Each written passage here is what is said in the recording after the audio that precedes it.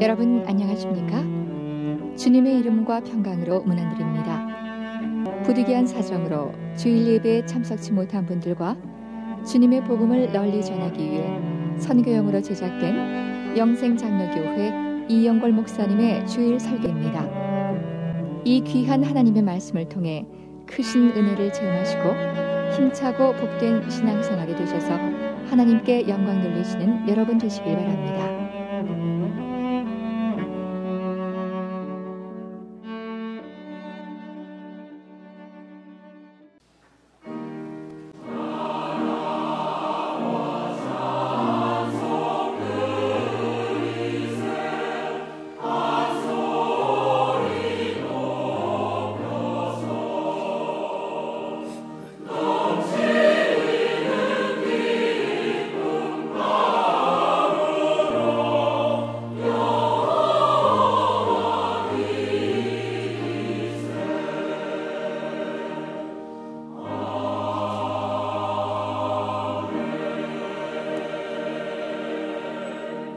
주여, 내가 만민 중에서 주께 감사하오며 열방 중에서 주를 찬송하리이다. 대저 주의 인자는 커서 하늘에 미치고 주의 진리는 궁창에 이루나이다. 하나님이여, 주는 하늘 위에 높이 들리시며 주의 영광은 온 세계 위에 높아지기를 원하나이다. 거룩하신 하나님 아버지, 감사합니다. 주의 날을 허락해 주시고 사방에 나누어 살던 저희들이 주의 전에 모였습니다. 건강을 주신 하나님 감사드리며 주의 전에 나와 예배드릴 수 있도록 믿음 주신 거 감사합니다. 우리가 드리는 예배가 오직 하나님께 영광이 되게 하시고 우리에게 은혜와 기쁨과 감사와 결단의 아름다운 시간 되게 하여 주옵소서. 마음은 간절한 소원이 있지만은 육신의 질고로 인하여 이 자리에 나오지 못한 성도들 우리 하나님 긍휼히 여겨주시고 저들을 회복시켜 주어서 주의 전에 나와서 같이 예배드리도록 은혜 베풀어 주시옵소서. 출타 중에 있는 성도들 어느 곳에 있든지 주의 날을 거룩하게 구별하여 하나님께 영광 돌리는 하나님의 사람들 다 되게 하여 주옵소서. 저희들이 드리는 예배가 하나님께 영광이 되기를 소원하옵고 예수님의 이름으로 기도하옵나이다. 아멘. 사무엘상 6장 10절 말씀부터 16절까지.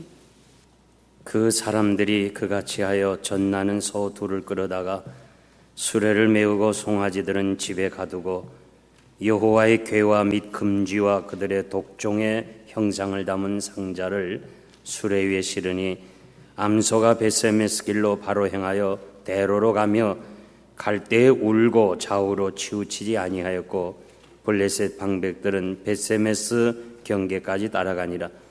벳세메스 사람들이 골짜기에서 밀을 베다가 눈을 들어 궤를 보고 그것의 보임을 기뻐하더니 수레가 벳세메스 사람 여호수아의 밭 큰 돌 있는 곳에 이르러 선지라. 무리가 수레에 나무를 패고 그 소를 번제로 여호와께 드리고 레위인은 여호와의 궤와 그 궤와 함께 있는 금보물 담긴 상자를 내려다가 큰 돌 위에 두매 그날에 벳세메스 사람들이 여호와께 번제와 다른 제를 드리니라. 같이 봉독합니다. 그의 5 방백이 이것을 보고 그날에 에그론으로 돌아갔더라. 아멘.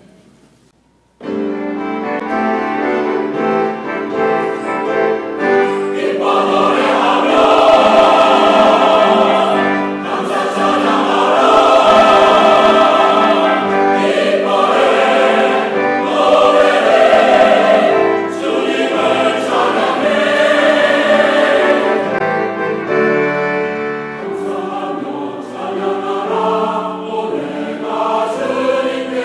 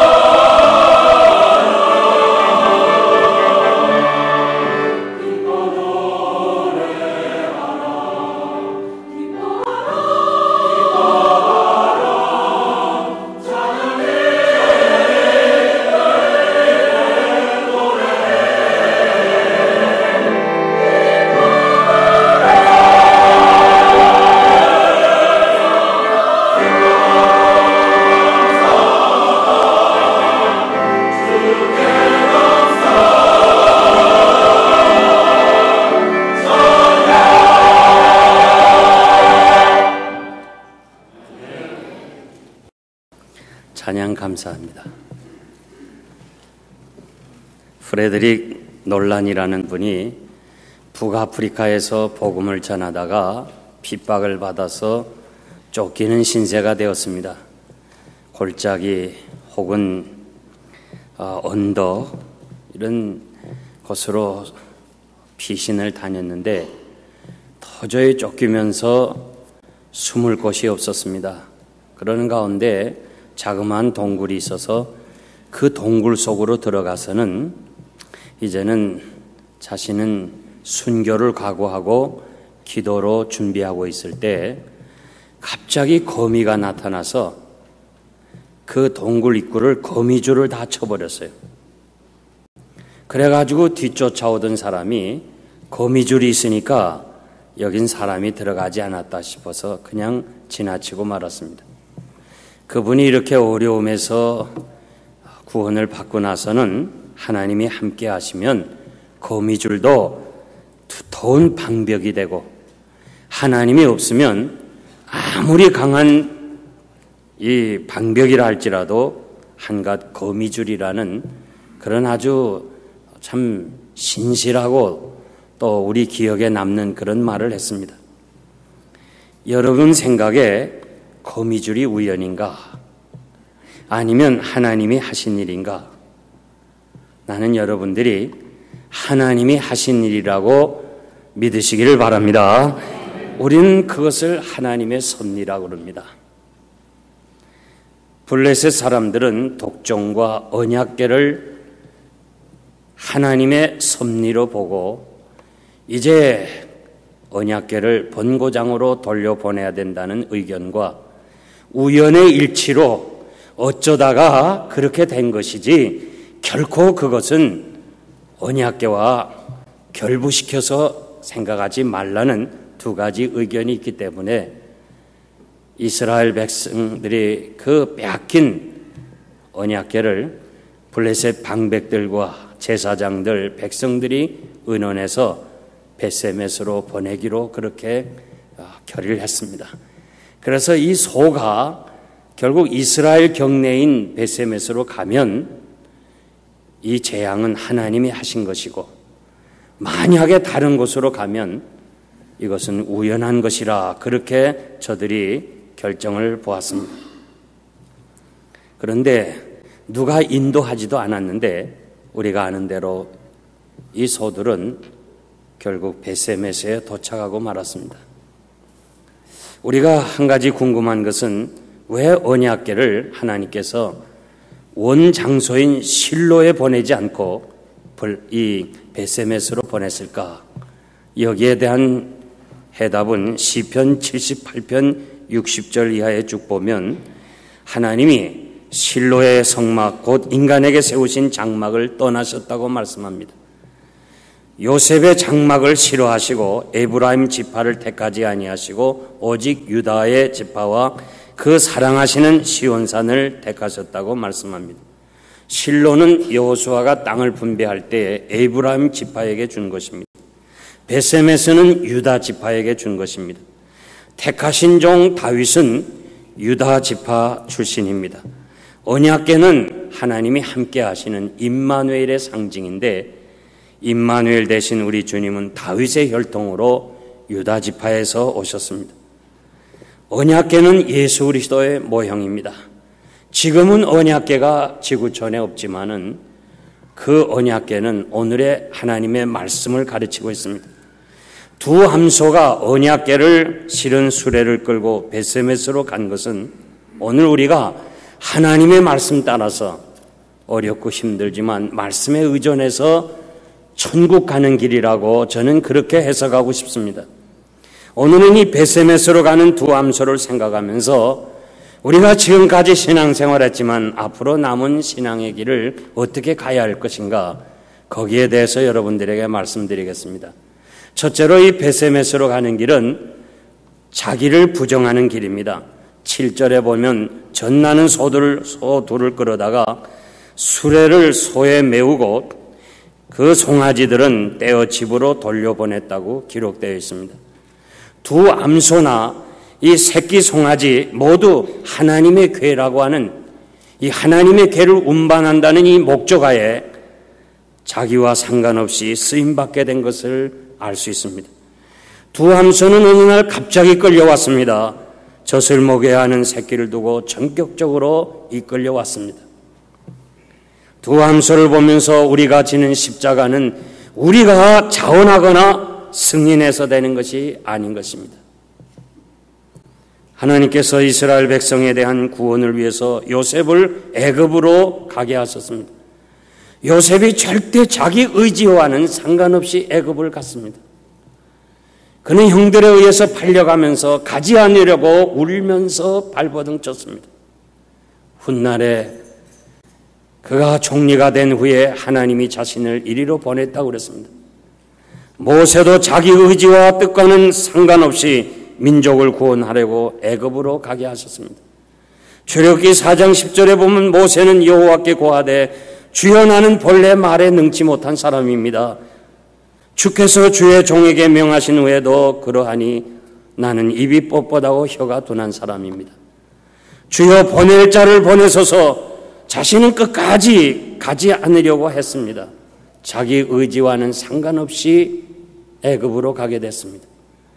제3차 전도여행에서 예루살렘으로부터 귀환하는 사도 바울은 이제 예루살렘에 가면 어려운 것을 알고 있습니다. 그래서 주변 사람들이 가지 말라고 합니다. 자신도 위험한 걸 압니다. 그렇지만은 심령의 매임을 받아 바울이 지금 가려고 하는 것이 아니라 심령의 매임을 받아서 나는 예루살렘으로 가야 한다고 그렇게 고백을 합니다. 앞서간 신실한 하나님의 사람들의 그 간증을 들어보면 자기와 상관없이 억지로 십자가를 진 것을 우리가 잘 듣고 있습니다. 비록 원하지 아니하여도 주께서 주시는 십자가라면 억지로라도 져야 됩니다. 십자가는 억지로 져도 은혜가 되는 줄 믿습니다. 이 영생교회가 부흥하게 된 비결은 억지로 십자가를 진 사람들이 있었습니다. 예배당을 지으면서 우리는 돈도 없고 사람도 없고 아무것도 없습니다. 13년 동안 이민 생활에 겨우 남은 집 한 채인데 그 집 한 채를 이 교회를 위해서 바치라 할 때 순종해서 바쳤습니다. 그거 억지로 진 십자가와 같은 것입니다. 또 자신이 이사 가기 위해서 그 짐을 다 6월에 실었는데 제가 가지 말라고 해서 그 짐을 다시 풀고 다시금 아파트로 들어가는 정말 억지로 지는 십자가들, 이러한 십자가를 진 사람들 때문에 오늘 이 교회가 여기에 이렇게 아름답게 성장하여 하나님께 영광을 돌리고 있습니다. 교회에서 직분을 드릴 때나 개인적으로 부탁할 때나 한 번도 거절하지 아니하시고 기쁨으로 감당해 주신 장로님들, 권사님들, 집사님들이 있기에 이렇게 교회가 하나님 앞에 영광을 돌리고 있습니다. 지나간 26년 동안 이 교회를 찾아온 많은 선교사님들이 계십니다. 또 주의 종들이 있습니다. 저들이 부탁할 때마다 한 번도 거절하지 않아요.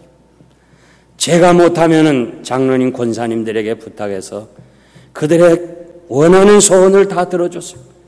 그들이 가서 우리 교회를 위해서 기도함으로 하나님께서 이렇게 저희 교회를 축복해 주었습니다. 정말 힘들게 이민생활 수고하면서 얻은 그 돈이지만은 그래도 도와주라는 그 얘기 때문에 할 수 없이 도와줄 때 아마 본인들이 억지로 십자가를 졌을 거예요. 그러나 내가 분명하게 보는 것은 저들이 억지로 십자가를 졌다 할지라도 그것 때문에 본인이 복을 받고 그 자손들이 복을 받는 것을 저는 확실히 믿으면서 확실히 보고 있으면서 십자가는 억지로 져도 우리에게 가치가 있다고 여러분들에게 말씀드리고 싶습니다. 또 우리에게 이르시되 아무든지 나를 따라오거든 자기를 부인하고 날마다 자기 십자가를 지고 나를 쫓으라고 그랬습니다. 주님이 베드로에게 내가 나를 알지 못한 젊은 시절에는 내 마음대로 다녀서 내가 원하는 길로 갔지만은 이제후로는 나를 만난 이후로는 내가 원하지 않는 남들이 너를 억지로 묶여서라도 너를 데리고 갈 것이라고 하나님의 사람들의 그 억지로 져야 될 십자가를 말씀하고 있습니다. 예수님이 십자가를 지고 골고다 언덕을 향해 가실 때 억지로 구레네에서 온 시몬이라는 사람이 십자가를 진 사건이 있습니다. 시몬은 예루살렘의 순례단의 한 사람으로 왔습니다. 시몬과 예수님과는 전혀 상관이 없는 사람입니다. 그런데 예수님이 십자가를 지고 가다가 쓰러질 때에 로마 병사가 그 옆에 있는 시몬에게 강제로 징집을 해서 주님의 십자가를 지게 했습니다. 그때 어쩌면 그는 수치와 이 당혹감과 주변의 구경꾼들로 인해서 마음이 편하지 않았을는지 모릅니다. 그러나 그가 억지로 십자가를 졌지만은 그것 때문에 그의 고향인 구레네는 북아프리카 지역인데 많은 유대인들이 기독교로 개종했다는 기록이 있습니다. 전설에 의하면 시몬은 자진해서 순교했다는 것입니다. 마가복음은 시몬을 알렉산더와 구포의 아버지라고 그렇게 기록을 했습니다. 마가복음 로마에서 쓰여진 것으로 알고 있는데 시몬의 자녀들이 기록된 것으로 보면 유력한 교회 지도자가 된 것을 압니다. 사도 바울은 로마 서신 마지막에서 이 루포와 그의 어머니에게 문안하라고 말씀하시면서 그의 어머니는 나의 어머니라고 그렇게 말씀했습니다. 그러니까 시몬의 아내는 이 초대교회 신실하게 하나님의 사람이 됐을 뿐만 아니라 사도 바울과 같은 이런 위대한 사람에게 신앙의 어머니 역할을 한 것을 알 수 있습니다. 억지로 진 십자가 때문에 초대교회에서 그 많은 일을 한 것을 우리가 알 수 있다면 우리가 주님 따라가는 길에 원치 않지만은 내 의지는 아니지만은 하나님께서 맡겨주신 이 귀한 사명을 잘 감당하는 여러분 되시기를 바랍니다. 누구든지 예수님을 따르기 원하면 집이나 전토나 친구나 처자나 이 세상이나 이 세상의 것들을 이별하지 않을 수 없습니다. 주님이 나보다 더 사랑하면 내게 합당치 아니하다고 말씀하십니다. 예수 그리스도의 사람은 인간의 정과 육체와 욕심, 십자가에 못 박지 않고는 주님의 부름에 응할 수가 없다고 말씀하십니다. 우리가 예수 믿고 나서도 우리에게도 욕심이 있습니다. 무언가 욕망이 있습니다. 무언가 성취하려고 하는 성취감도 있고 또 무엇인가 남보다 잘 살아보려고 하는 그런 우리 마음속에 어떤 희망도 있습니다. 자존심도 있습니다. 그런데 이것을 다 십자가에 못 박지 아니하고는 주님을 따라올 수 없다고 그렇게 말씀하십니다. 사도 바울은 하나님의 나라에 들어가려면 많은 환난을 겪어야 할 것을 말씀해 주고 계십니다. 비록 말 못하는 짐승이지만 울었다고 기록되어 있습니다. 주님도 세상에 계실 때 자기를 능히 죽음에서 구원하실 이에게 심한 통곡과 간구의 소원을 올렸다고 말씀합니다. 시온을 향하여 가는 자마다 눈물 골짜기를 통행해야 된다고 말씀하십니다. 죄 때문에 애통의 눈물이 있어야 되고 우리 사죄의 그 감격의 눈물이 있어야 되고 주님 따라가면서 너무너무 힘들어서 너무너무 어려워서 흘리는 눈물이 있어야 되고 그리고 사명에 감당하면서 감격해서 흘리는 눈물이 있어야 돼요. 저는 신앙생활은 눈물과 애통이 있어야 된다고 합니다. 예수 믿고 나서 하나님 앞에서 정말 진지하게 울어본 그 사람이 차원 높은 신앙생활을 할 수 있어요. 눈물이 우리 신앙의 본질로 인도하는 것입니다. 누구누구 할 것 없이 정말 신앙으로 아름답게 성장한 신앙 인격자들을 보면 거기에는 많은 눈물이 있었던 것을 잘 알 수 있습니다. 계시록 5장 4절 말씀 보면 사도 요한이 크게 울었다고 그랬습니다. 이 요한의 울음은 과거의 요한의 울음만이 아니라 지금도 우리가 울어야 할 것을 이 시제가 우리에게 그렇게 가르치는 거예요. 오늘 이 자리에 참석한 여러분도 정말 사도 요한이 은혜를 사모하면서 인봉된 계시를 풀지 못해서 말씀을 깨닫기 위해서 흘리는 눈물이 우리들에게도 있어야 된다고 그렇게 가르치고 있습니다. 주님이 우리의 눈물을 보십니다. 계시록 21장 4절에 보면 하나님의 나라의 그 축복을 설명하면서 주님은 모든 눈물을 그 눈에서 씻기신다고 말씀하십니다. 하나님의 나라에 들어간 성도가 뭐 눈물이 있겠어요? 모든 눈물을 그 눈에서 씻기신다는 말은 무슨 말이냐?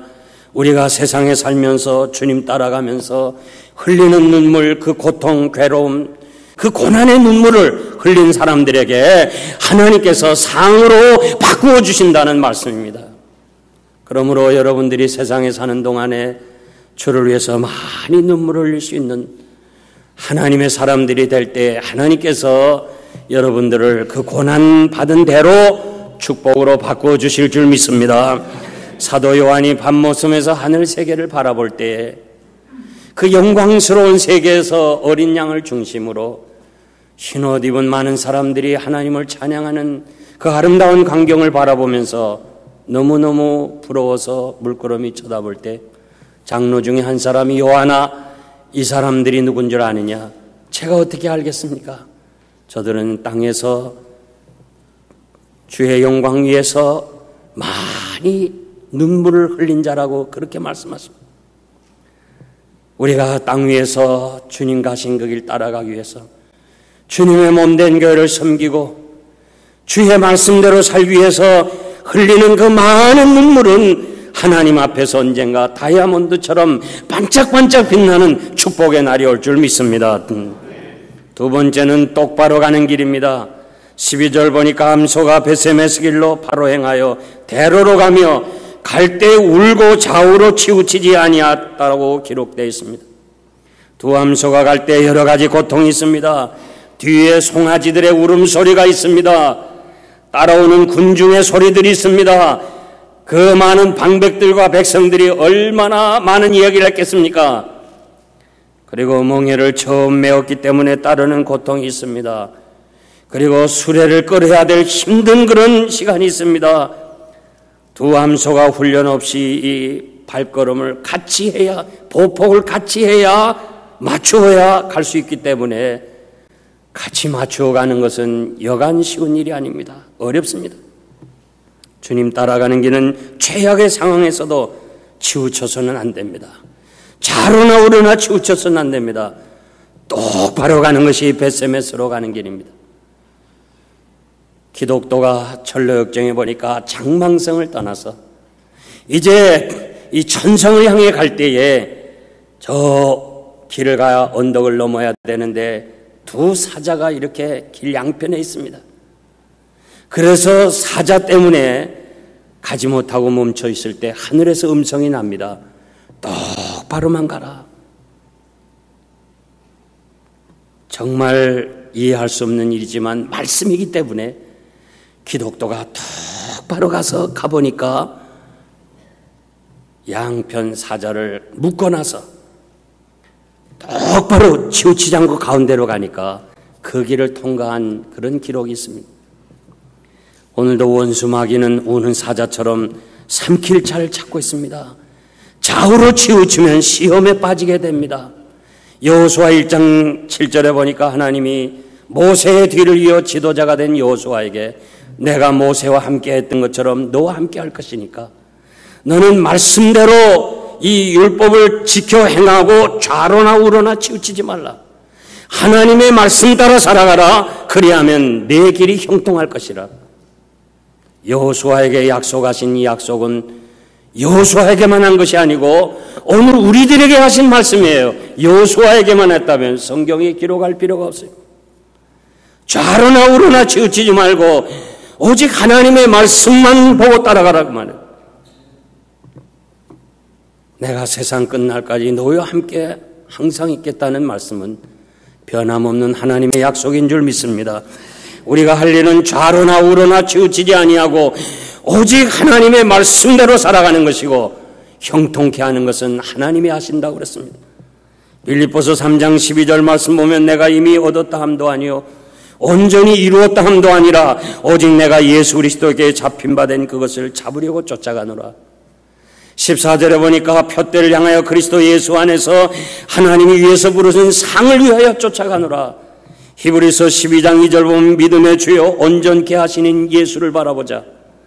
저는 그 앞에 있는 즐거움을 위하여 십자가를 참으사 부끄러움을 개의치 아니하시더니 하나님 보좌 우편에 앉으셨느니라. 사도 바울은 어떻게 그가 아름답게 승리했습니까? 좌로나 우로나 치우치지 않고 오직 주님, 오직 십자가, 오직 내세 상급, 그것을 목표로 했기 때문에 좌로나 우로나 치우치지 않았습니다. 그가 세상을 떠날 때 하나님께서는 그 바울의 눈을 밝히셔서 대로로만 그 한 길로만 간 그 사도 바울에게 면류관을 보여주셨습니다. 바울은 그 광경을 보면서 나뿐 아니라 좌로나 우로나 치우치지 않고 주만 바라보고 사는 사람에게는 면류관이 예비되어 있다고 했습니다. 사랑하는 성도 여러분, 여러분도 장차 하나님 나라에서 면류관 받으시길 바랍니다. 달리는 말에는 눈 가리개가 있어요. 말의 눈이 양옆에 있기 때문에 사방을 흩어보면 잘 못 보니까, 못 달리니까 앞만 보라고 눈 가리개를 줬습니다. 여러분, 오직 주님, 오직 십자가, 오직 내세 상급, 오직 주의 영광만 바라보고 천성을 바라보고 믿음의 경주를 하시기를 바랍니다. 남의 말에 신경 쓰지 말기를 바랍니다. 누가 무슨 말을 하더라도 그것에 마음 뺏기지 말기를 바랍니다. 그분이 나의 인생을 대신 살아주는 것이 아니에요. 저는 가끔 신앙생활하면서 참 아쉬운 게 있어요. 안타까운 게 있어요.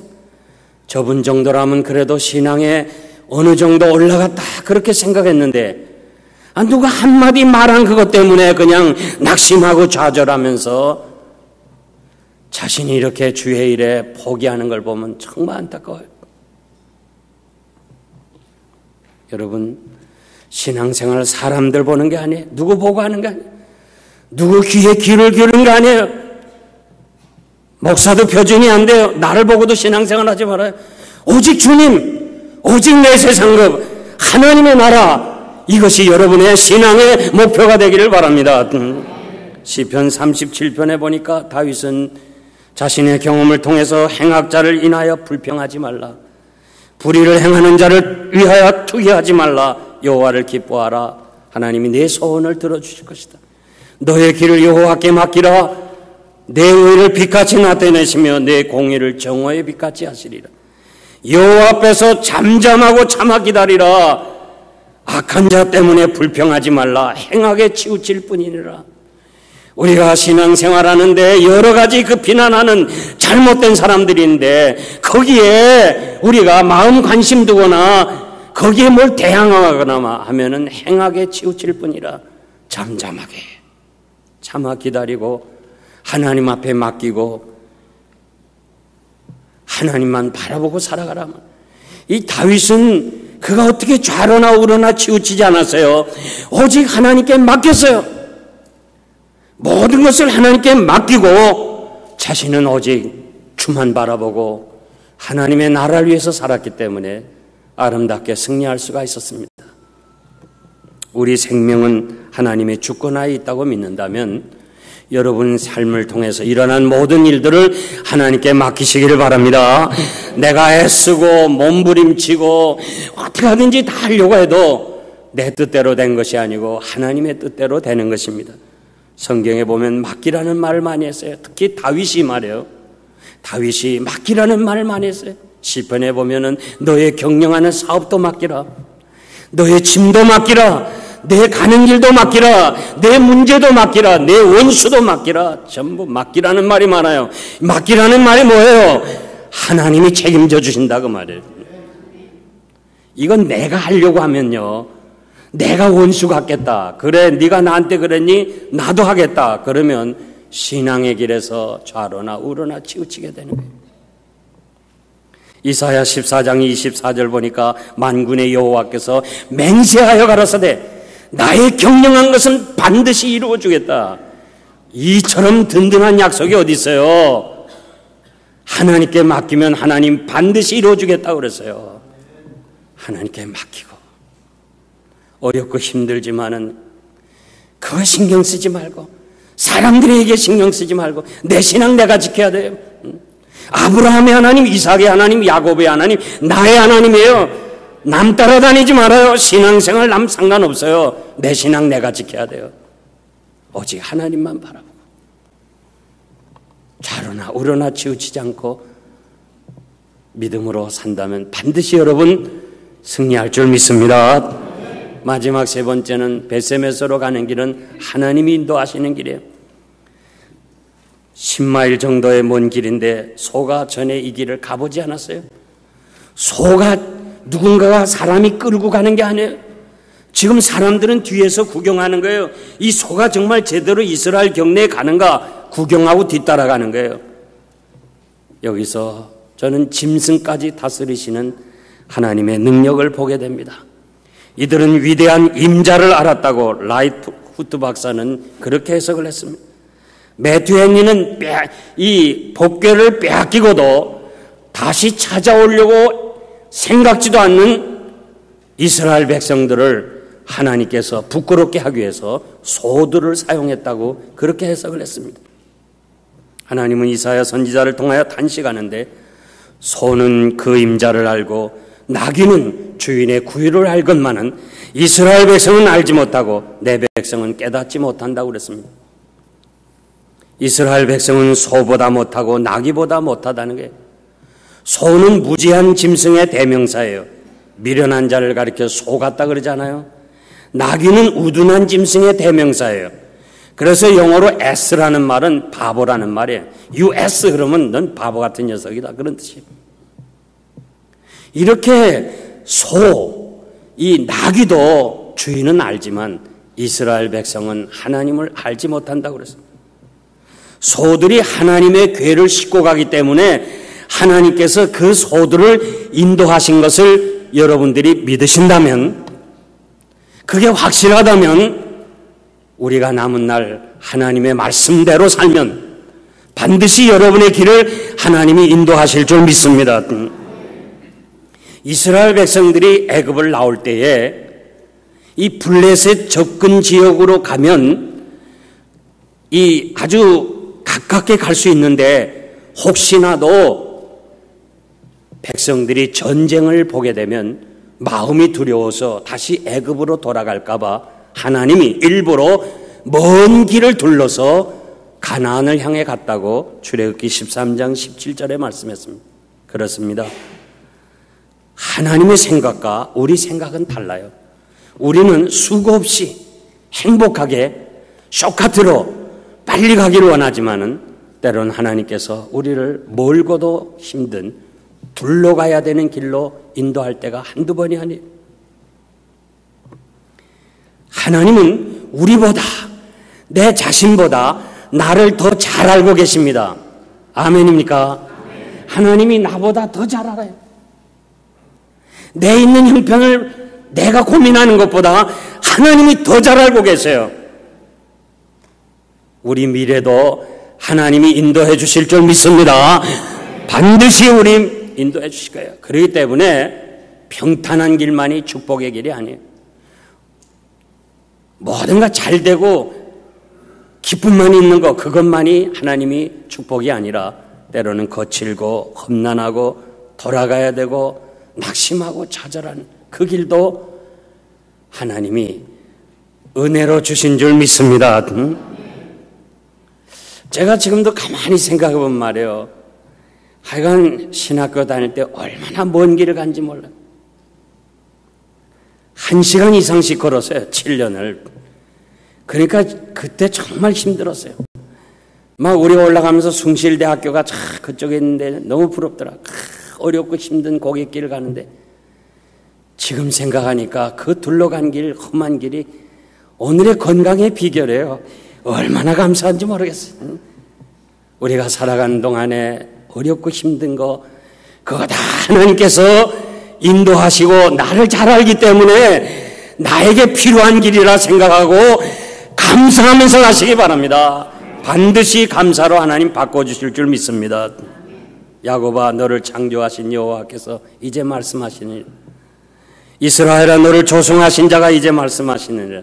너는 두려워 말라. 내가 너를 구속하였고 내가 지명하여 너를 불렀나니 너는 내 것이라. 믿습니까? 나 부족하고 나 잘난 거 하나도 없고 나 연약하지만은 그래도 나는 하나님의 백성이다. 난 하나님의 사람이다. 이렇게 여러분 믿으시기 바랍니다. 그러면 우리 하나님이 약속했는데 내가 물 가운데로 갈 때도 침몰지 않을 것이고 내가 불 가운데 지나갈 때도 너로 타지 않을 것이라. 이 약속은 영원히 변함이 없습니다.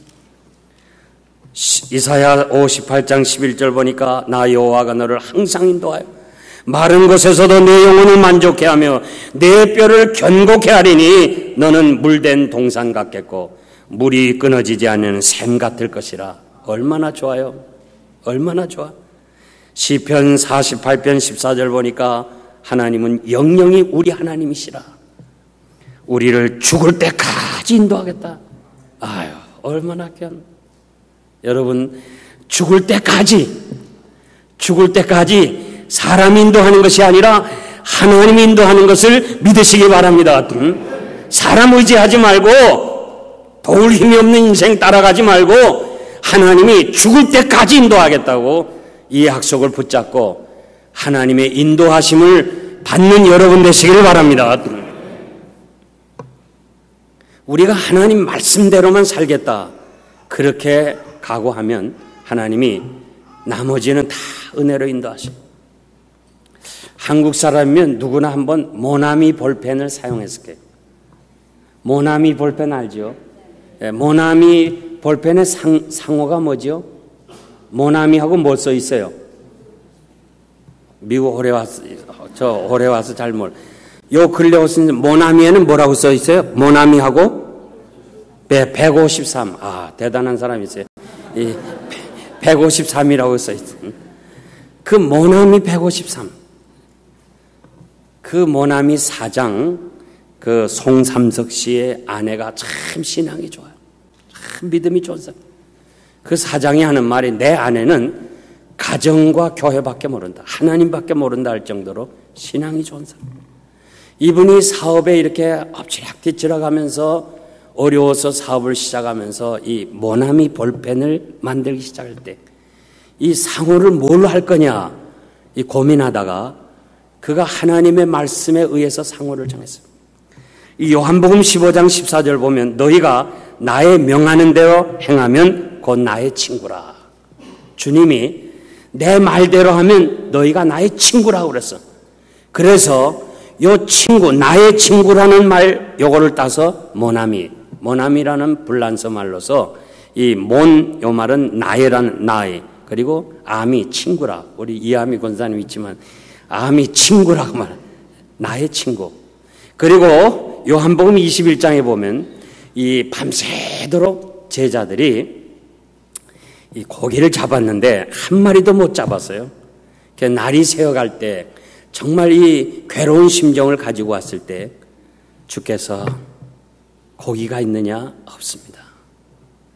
얼마나 실망돼요. 그래, 그물을 배오른편에 던지라. 정말 힘들어요. 그거 밤새도록 해봤어요. 그런데 다시 말씀에 의지해서 그물을 내렸더니 그냥 고기가 막 잔뜩 잡혔어요. 그래도 그물이 찢어지지 않았어요. 해변가에 나와서 그 잡힌 고기를 헤아려 보니까 몇 마리였어요? 153마리. 거기서 착안을 했어요. 그래가지고 이분이 모나미, 예수는 나의 친구고 내가 말씀대로만 순종하면 말씀대로 하고 하나님이 축복하시고 그 다음에 그 축복을 하나님의 영광을 위해서 하겠다. 그 실패한 자가 시작했는데 오늘 이렇게 모나미 볼펜은 한국에서 위대한 사업가로 됐습니다. 그가 사업만이 번창한 것이 아니라 그 직원과 모든 사람들 특히 복음 전하는데 헌신한 것으로 그렇게 유명해졌어요. 제가 왜 말씀드린 거 아니? 무지한 함소들도 언약궤를 메고 갔으면 하나님이 인도하신 것처럼 우리 앞에 무슨 일이 있을는지 몰라요. 우린 5분 뒤를 몰라요. 아무도 몰라요. 그러나 분명하게 말씀드리고 싶은 건 여러분 마음속에 하나님의 말씀대로 살겠습니다. 하나님이 원하시는 대로 살겠습니다. 마음에 굳게 결심하고 나간다면 여러분의 가는 길은 하나님이 인도하실 것입니다. 은혜 가운데 인도하실 줄 믿습니다. 결론적으로 말씀드리겠습니다. 온 세계가 지금 관심을 가지는 거 선교하러 갔다가 억류되어 있는 한국의 젊은이들의 관심이 있습니다. 그들 위해서 기도하고 있습니다. 우리도 지금 기도하고 있습니다. 사람을 잡아서 꼼짝 못하게 했습니다. 그러나 복음은 매이지 않는다고 그랬어요.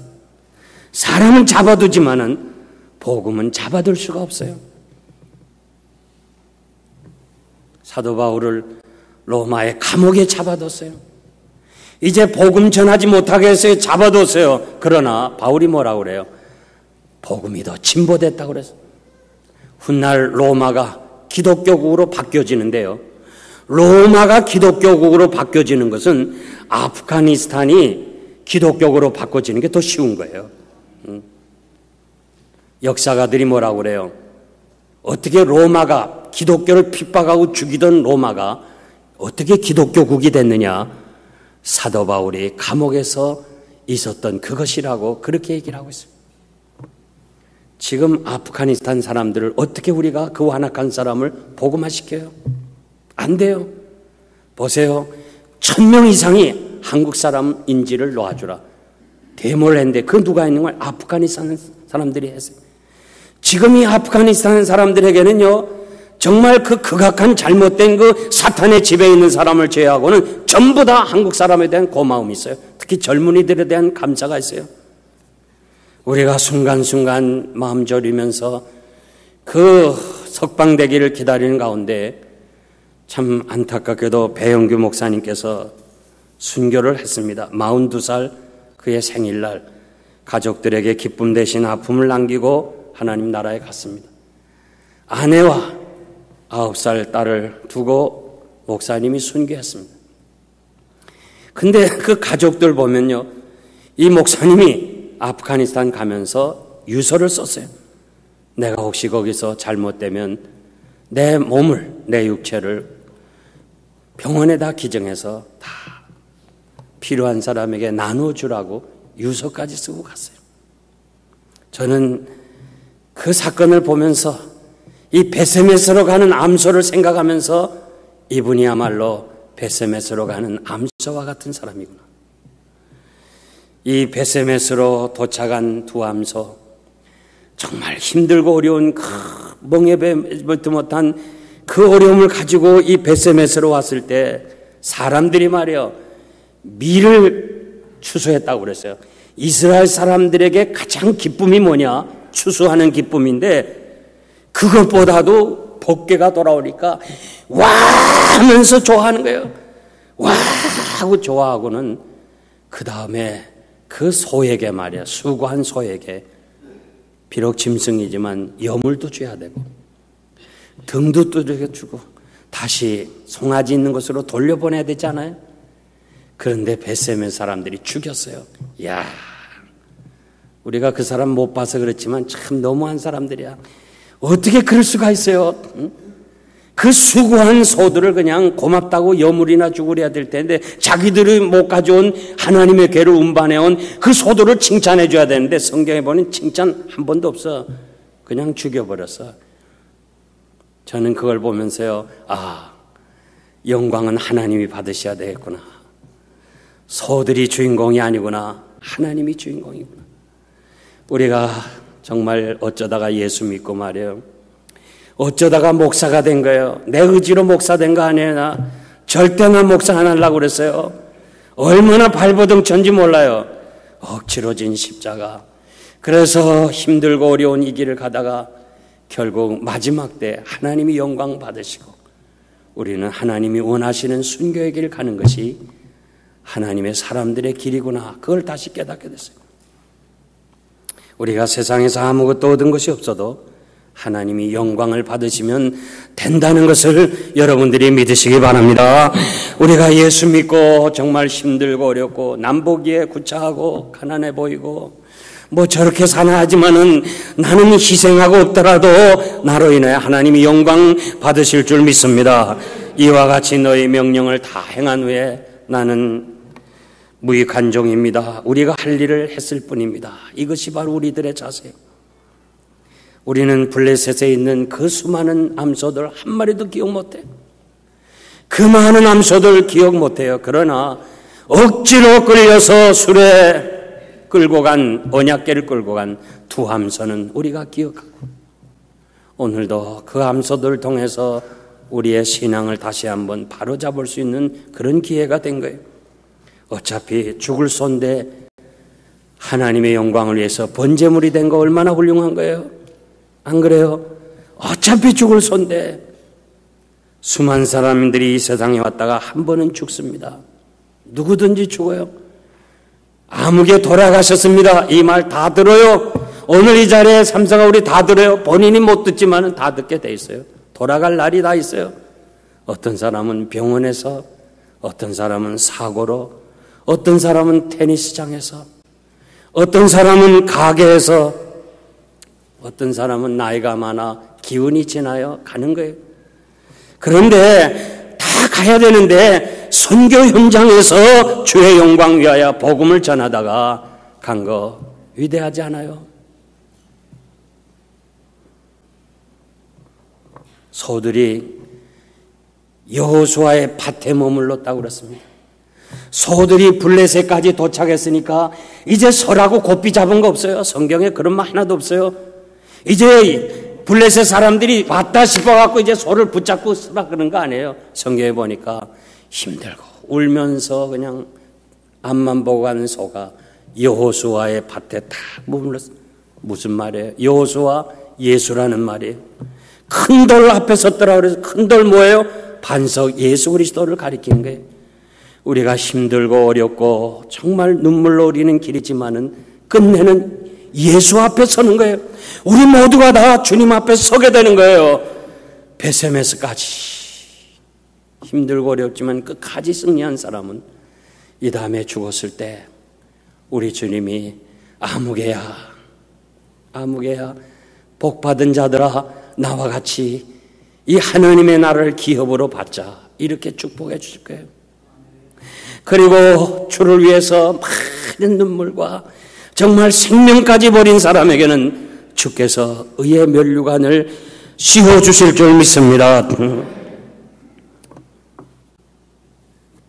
우리 배 목사님의 그 죽음은 정말 마음 아픈 일이에요. 목사인 저로서도 너무너무 가슴 아픈 일이에요. 그렇지만 언젠가 잠시 후면 우리가 하나님 앞에 섰을 때 다 그분을 부러워할 거예요. 부러워할 거예요. 잠시 세상에 살다가 우리가 다 가는데 지금은 그 사람에 대해서 아쉬워하고 안타까워하지만은 언젠가 수많은 지구상에 있는 목사님들이 야, 배 목사 부럽다. 그런 날이 올 거예요. 사랑하는 성도 여러분, 오늘 이 말씀 깊이 간직하고 마음에 간직하고 주님 따라가는 길 억지로라도 십자가 지고 절대 좌로나 우로나 치우치지 말아요. 남의 의존해서 신앙생활하지 말아요. 오직 주만 바라보고 오직 하나님의 말씀 안 되는 것 같지만은 정말 미련하게 보이는 것 같지만은 그래도 늦어지는 것 같지만은 하나님의 말씀 따라 묵묵히 한 걸음 한 걸음 나가면 언젠가 우리가 예수 앞에 도착할 것이고 주께서 여러분의 행한 대로 축복으로 갚아주실 줄 믿습니다. 기도하겠습니다. 하나님 아버지, 감동과 성령의 감동하심이 우리가 세상에 남은 날이 얼마나 남았습니까? 주님 가신 길, 신실한 성도들이 간 이 길 따라서 좌로나 우로나 치우치지 아니하고 오직 하나님의 말씀 따라 주님 앞에 서기를 소원하는 사랑하는 성도들 머리 위에 지금으로부터 영원토록 함께 있을지어다. 아멘.